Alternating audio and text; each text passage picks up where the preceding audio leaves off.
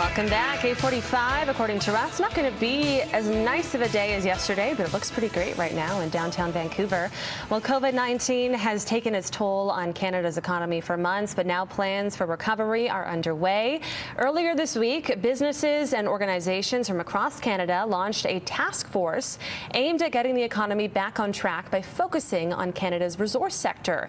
Joining us now is one of the leaders on this is Stuart Muir from beautiful Victoria, BC. Wow, look at that amazing backdrop. We are so lucky to have you this morning. Thank you. Yeah, I appreciate the time to talk about the task force for real jobs, real recovery.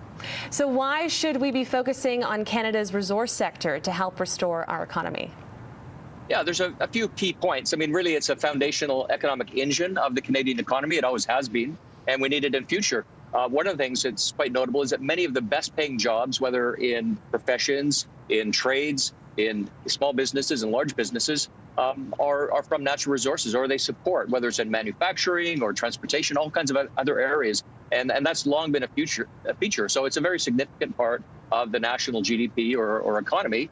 And we need to keep that going, because if we don't, there will be a contraction in the economy that we, right now, especially when so much like retail and tourism is hurting so badly, is not going to be there for us. So it's an opportunity to ensure that this engine of the economy is there for us. And you guys launched this task force right after COVID happened, essentially? That's right. There's two phases. We did our first in April, May, when we realized that there was going to be a long-term issue here. We did a little study where one of the recommendations was that we needed a task force. So after that, in May, we set to work. For the last couple of months, really, we've been bringing together a coalition. Now it's representing more than 250,000 businesses from coast to coast to coast, all the way up to the north, as well as more than 3 million Canadian workers in all of these organizations, industry and unions, First Nations, local communities. It's really an unusually broad coalition. And I think that just speaks to the foundational presence of natural resources in the economy.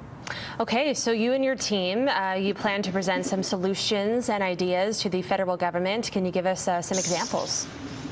Yeah. I mean, broadly speaking, the ideas that we're looking for need to meet 3 criteria. They need to be competitive, they need to be clean, and they need to be inclusive.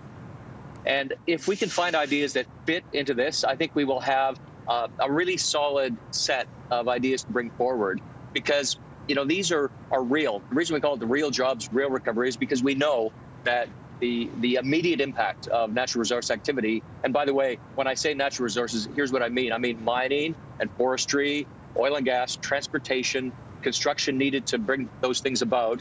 That's what I mean. They're real and ready to go now. So when we report out next month, we're going to aim our report to the federal government in Ottawa. We know lots and lots of people have views that they're sharing with Ottawa, and we're making sure that 3 million workers aren't left out of that conversation. It's too important. And you mentioned that some First Nations leaders were on your task force. What sort of conversations have you been having with Indigenous leaders? What we're seeing more and more in Canada in the last few years, and in British Columbia, we recently had new legislation that makes First Nations, Indigenous people generally, a more part of the economy, which is a very good thing. What we're hearing is we want to be part of the solutions to future prosperity while protecting the environment. And right now, things aren't working out the way they should for First Nations. Even though there's lots of good intentions, there's some good policy being developed. First Nations are an important part of this. In fact, they're on our advisory council, a number of significant leaders who are bringing forward ideas so that everything we do starts with, have we addressed this important issue? Okay, so what can the average person do to help? Someone like me, I don't work in the resource sector, but I am, I want to see Canada's economy succeed. So what can I do to help? Yeah, well, thanks just for listening today. That's a big thing, having a broader conversation. Another thing, if people want to look at the website, it's realrecovery.ca. Have a look there. On Twitter, it's realcdn recovery, and we'll be talking about our mission there. And then next month, when we come out with the report, we're going to be looking to share it with all Canadians, and I hope people pay attention, give it a thought.